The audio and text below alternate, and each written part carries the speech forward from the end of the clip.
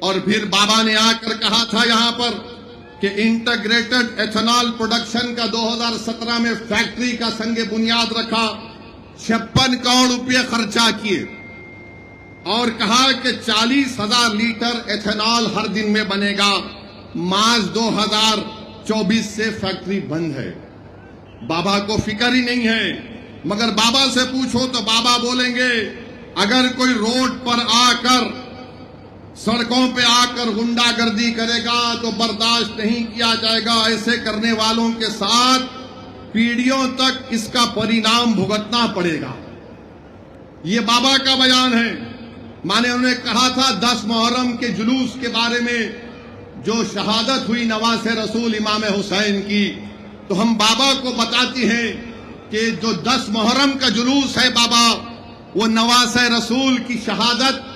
اور اہل بیت کی شہادت کے سلسلے میں جلوس نکلتا ہے۔ اور ہم ان کو یاد دلانا چاہتے ہیں کہ وقت کے یزید نے بھی، اس وقت کے یزید نے بھی اور اس وقت کے یزید بھی یہی سمجھتا تھا کہ کمزوروں کو ختم کرنے سے کامیابی مل جائے گی۔ سنو وقت کے یزیدوں، کربلا سے پیغام آ رہا ہے کہ جس طرح امام حسین نے یزید کی بلیک میلنگ کو قبول نہیں کیا، جس طرح امام حسین اور ان کے آل رسول نے حق کی سربلندی کے لیے اپنی گردن کو کٹانا پسند کیا،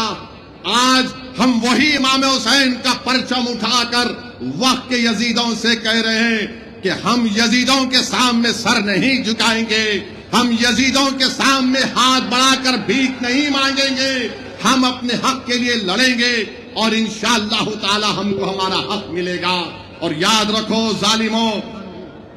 کسی شاعر نے اچھا کہا، ظلم پھر ظلم ہے، ظلم بڑھتا ہے تو دب جاتا ہے،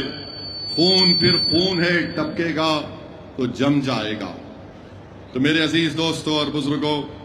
آپ جانتے ہیں کہ یہاں پر نجیب آباد میں ایک شوگر مل کا بھی کیا حال ہو کر رہ گیا۔ بابا کہتے ہیں کہ پیڑھیاں یاد رکھی جائیں گی، پچھلے سال کس کی عبادت گاہ کے سامنے تماشا کیا گیا تھا وہ آپ جانتے ہیں، مگر آج ہم دیکھ رہے ہیں کہ آج ہم کو ایک طرف سے ڈرایا جاتا ہے۔ اکھلیش کہتے ہیں کہ اگر ووٹ مجھے نہیں دو گے تو کبھی چناؤ نہیں ہوگا۔ اکھلیش یادو یہ کیوں بھول جاتے کہ جب وہ مکھیہ منتری تھے تو آزادی کے بعد 50,000 مسلمانوں کو ان کے گھر سے بے گھر کر دیا گیا تھا۔ وہ مظفر نگر کا کانڈ جب ہوا تھا، اکھلیش یادو مکھیہ منتری تھے، انہی کے اس غلطیوں کی بنا پر آج ہم دیکھتے ہیں کہ بی جے پی اقتدار پر آ کر بیٹھ گئی اور بولتے ہیں کہ چناؤ نہیں ہوگا۔